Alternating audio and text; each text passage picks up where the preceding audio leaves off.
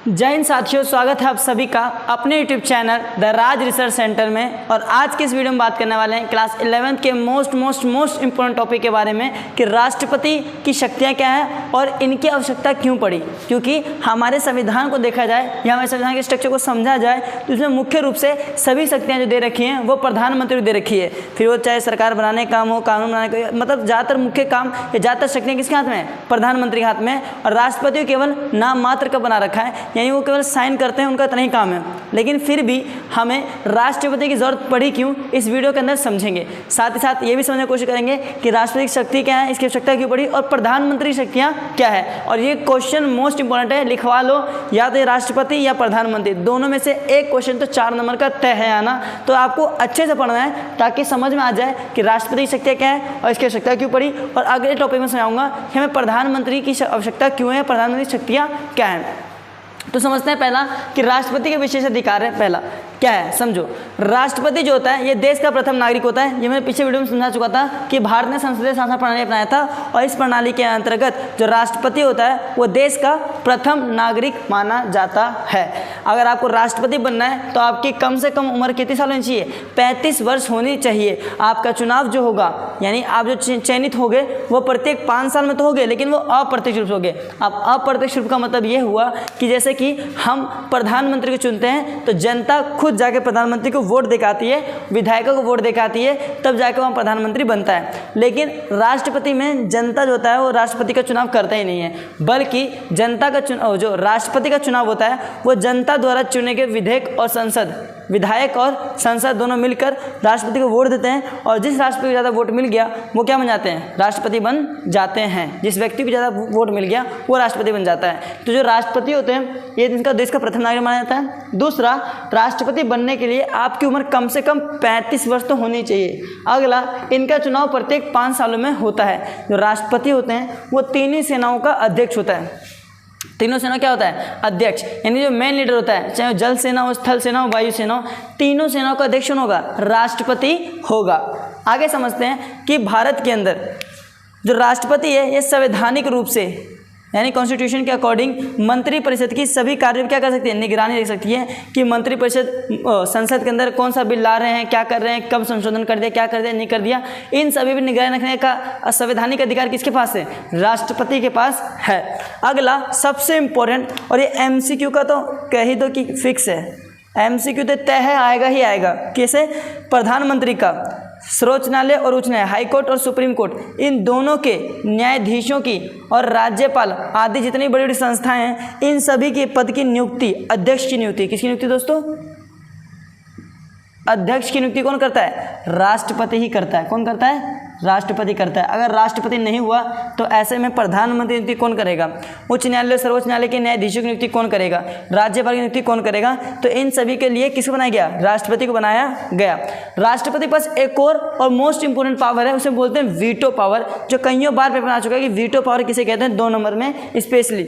अभी veto power अगर आप 12th के अकॉर्डिंग, सॉरी वीटो पर कह रहा था मैं उसे, पॉकेट वीटो पावर, क्योंकि वीटो पावर तो UNO वाला हो जाएगा, है कि नहीं? इसका नाम है पॉकेट वीटो। कौन सा पावर है?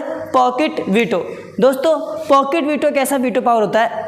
मान लीजिए एक पल के लिए कि विधायिका ने कोई कानून बनाया और लागू करने के लिए दीजिए कार्यपालिका को। तो जब विधायिका कानून बना रही होगी वो लोकसभा से बिल पास होकर संसद में जाएगा, लोकसभा से राज्यसभा में जाएगा, फिर राज्यसभा से जैसे राष्ट्रपति के पास आया, अगर राष्ट्रपति को लगा कि कानून में कुछ गड़बड़ी है, तो ऐसी स्थिति में राष्ट्रपति क्या कर देगा?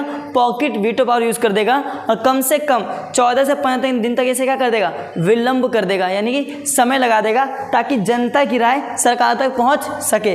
इसी पावर को हम बोलते हैं पॉकेट पावर, पॉकेट वीटो। क्या बोलते हैं दोस्तों? Pocket veto. कई बार 2 नंबर आ चुका है कि पॉकेट वीटो किसे कहते हैं। तो यहाँ तक समझ में आएगी आपको कि जो राष्ट्रपति होता है इसके विशेष अधिकार क्या है? पहला, देश का प्रथम नागरिक। आज राष्ट्रपति बनने कम से कम 35 वर्ष चाहिए। इनका चुनाव 5 वर्ष में होता है, वही अप्रत्यक्ष रूप से होता है। ये तीनों सेनाओं के प्रमुख होते हैं। ये संवैधानिक रूप से मंत्रिपरिषद के सभी कार्यों पर निगरानी रख सकते हैं। ये प्रधानमंत्री, उच्च न्यायालय, सर्वोच्च न्यायालय के न्यायाधीश और राज्यपाल आदि बड़े बड़े संस्थाओं के अध्यक्षों की नियुक्ति करते हैं और ये पॉकेट वीटो का यूज़ कर सकते हैं। फिर समझिए, कोई भी बिल पास आएगा तो पॉकेट वीटो यूज़ किया जाता है, लेकिन अगर संसद ने दोबारा भेज दिया तो ऐसे में राष्ट्रपति को साइन करना ही पड़ेगा। केवल नाम मात्र के राष्ट्रपति की शक्तियाँ होती हैं, लेकिन हमें शक्तियों की जरूरत पड़ी क्यों? अगर राष्ट्रपति की शक्तियाँ नाम मात्र की है, केवल ऐसे कर दिया, ऐसा है और ऐसे साइन कर दिया, इसी की शक्ति है, तो हमें इसकी जरूरत पड़ी क्यों दोस्तों? पड़ी जरूरत इसलिए क्योंकि जो संसदीय शासन व्यवस्था है, कौन सी हमने संसदीय अपना रखी है ना, तो संसदीय शासन व्यवस्था में बहुमत ना हो, अगर किसी सरकार के पास बहुमत ना हो तो ऐसे में मंत्रिपरिषद क्या देना पड़ता है? इस्तीफा देना पड़ जाता है। तब देश का प्रतिनिधित्व कौन करेगा? तो ऐसे में देश का प्रतिनिधित्व करने के लिए हमें किसी जरूरत पड़ जाती है? राष्ट्रपति पद की आवश्यकता पड़ जाती है।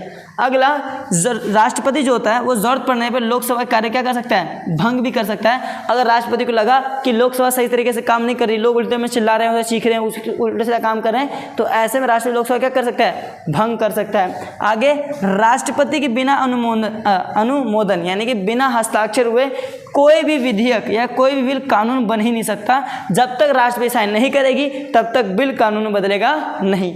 और सबसे इम्पोर्टेंट, राष्ट्रपति जो होता है वो आपातकाल लागू करता है, और आपने देखा भी होगा भारत में 3 बार आपातकाल लागू हो चुका है। आपातकाल 3 लागू होता है, ये जब देश के अंदर युद्ध की स्थिति बन रही हो, या फिर देश के अंदर वित्तीय संकट आ गया हो, या फिर देश के अंदर संवैधानिक कार्य काम का सही से नहीं हो रहा हो, तो ऐसी स्थिति में राष्ट्रपति जो होता है वो आपातकाल लागू कर देता है।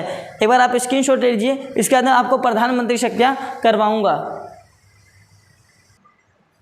तो यहाँ तक हो ही गया था। अब लास्ट समझते हैं कि प्रधानमंत्री क्या शक्ति होती है ना। तो प्रधानमंत्री शक्तियाँ बहुत ज़्यादा इंपॉर्टेंट होने वाला है, और ये 4 नंबर क्वेश्चन आता है, तो मैंने यहाँ 6 पॉइंट लिख दिए ताकि आप पेपर में कोई सा विचार उठा के लिख सको। तो जो प्रधानमंत्री शक्तियाँ समझते हैं, प्रधानमंत्री जो होता है दोस्तों वो बहुमत दल का नेता होता है, यानी जब तक किसी दल को बहुमत ना मिलेगी तब तक प्रधानमंत्री बन ही नहीं सकता। यानी कि प्रधानमंत्री क्या होता है? बहुमत दल का नेता होता है। दूसरा, प्रधानमंत्री जो होता है वो विभिन्न मंत्रालयों क्या करता है? आवंटन करता है। यानी पहले तो मंत्रिपरिषद गठन करेगा, फिर मंत्रालयों का आवंटन करेगा। मंत्रालयों का आवंटन मतलब कि रक्षा मंत्रालय तुम्हारा, गृह मंत्रालय तुम्हारा, वित्त मंत्रालय तुम्हारा, कृषि विभाग तुम्हारा, सिंचाई विभाग तुम्हारा, इस प्रकार के मंत्रालय क्या करता है? आवंटन करता है। अगला, प्रधानमंत्री जो होता है वो मंत्रिपरिषद के प्रमुख होते हैं, और मंत्रिपरिषद में नियंत्रण का काम कौन करता है? प्रधानमंत्री करता है, क्योंकि प्रधानमंत्री ही गठन करते हैं किसका? मंत्रिपरिषद का, और इसे पूरे कामकाज की देखरेख भी कौन करते हैं? प्रधानमंत्री ही स्वयं करते हैं। आगे देखा जाए तो प्रधानमंत्री की जो पहुंच होती है वो मीडिया तक होती है, और आपने देखा भी होगा मीडिया जो होती है 24 घंटे हमेशा प्रधानमंत्री की क्या करती है? आकर्षित रहती है कि प्रधानमंत्री आज यहाँ गए, विजिट पे गए, प्रधानमंत्री आज ये किया, प्रधानमंत्री ने इतने हस्ताक्षर किए, प्रधानमंत्री ने विदेशों में ये समझौता किया। तो यानी मीडिया तक पहुँच किसकी होती है? प्रधानमंत्री की मीडिया तक पहुँच होती है। आगे, ये विभिन्न मंत्रालयों के बीच क्या करता है? तालमेल बनाता है। ये बताया था मैंने कि मंत्रालयों का आवंटन करता है और विभिन्न मंत्रालयों के बीच वो करता है, तालमेल बनाता है। जैसे एग्जांपल के लिए कि वित्त मंत्रालय ने बजट पेश किया जिसके अंदर गृह मंत्रालय को कम पैसे दिए गए, तो ऐसे में दोनों के तालमेल बनाने का काम कौन करेगा? प्रधानमंत्री करेगा। और लास्ट रह गया कि जितने प्रधानमंत्री विदेशी यात्रा करते हैं और अंतर्राष्ट्रीय सम्मेलन करते हैं, इन सभी में प्रधानमंत्री जो होते हैं वो राष्ट्र का नेतृत्व करते हैं। मुख्य रूप से देखा जाए तो भारत के अंदर सारी की सारी शक्तियां वो प्रधानमंत्री को दे रखी है। फिर भी हमें राष्ट्रपति पद की आवश्यकता क्यों पड़ती है दोस्तों? क्योंकि अगर समझिए, प्रधानमंत्री जब तक बहुमत है तब तक प्रधानमंत्री है, जैसे ही बहुमत गया तो प्रधानमंत्री गए, तो ऐसे में देश का नेतृत्व कौन करेगा? राष्ट्रपति कर सकेगा। दूसरा, अगर मान लो कि संसद के अंदर, कहाँ पे दोस्तों? संसद यानी पार्लियामेंट के अंदर अविश्वास प्रस्ताव आता है। अगर संसद के अंदर अविश्वास प्रस्ताव आता है और ये लागू हो जाता है, तो ऐसे में प्रधानमंत्री सहित इनके पूरी मंत्रिपरिषद है ना, उन पूरे को क्या देना पड़ेगा? इस्तीफा देना पड़ जाएगा। क्या देना पड़ेगा? इस्तीफा देना पड़ जाएगा। इसीलिए अंतिम में हमें देश की शासन व्यवस्था को चलाए रखने के लिए राष्ट्रपति पद की आवश्यकता पड़ जाती है। आई होप आपको पूरा वीडियो समझ में आ गया होगा। जय हिंद, जय भारत।